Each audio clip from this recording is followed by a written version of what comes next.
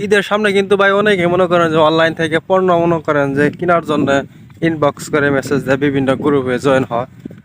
তো এই যারা অনলাইনে ব্যবসা করে মানে পণ্য যারা মনে করেন যে ডেলিভারি দেয়, এরা হইতেছে বিশাল বড় বাটপার ভাই।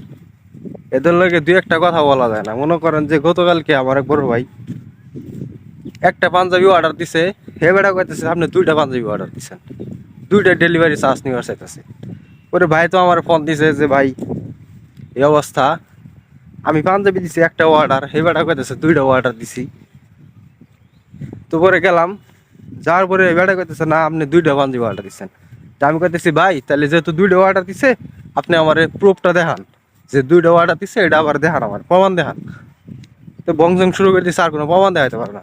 পরে বুঝলাম ভাই, যে পরে বুঝলাম যে আসলে ধান্দা বান্দা কি দেখেন, একটা পাঞ্জাবি অর্ডার দিচ্ছে, সে দুইটা পাঞ্জাবি নিয়ে আইসা কইতেছে যে আপনি দুইটা পাঞ্জাবি অর্ডার দিচ্ছেন। তার মানে দুইটা ডেলিভারি চার্জ আছে, ওইটা থেকে তো একটা ডেলিভারি চার্জ ইন থেকে দিতেছে, আর একটা ডেলিভারি চার্জ ওই নিজে মনে করেন যে ধান্দা করে নিয়ে খাওয়ার চেষ্টা করতেছে।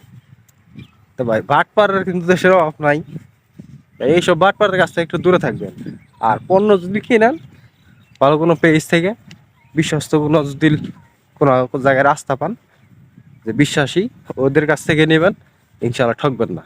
কারণ সবাই তো আর খারাপ না, অনেক আছে ভালো। তবে বাটপাড়ার কাছ থেকে একটু দূরে থাকবেন, যাতে প্রতারণা করে ওদের কাছ থেকে একটু দূরে থাকার চেষ্টা করবেন।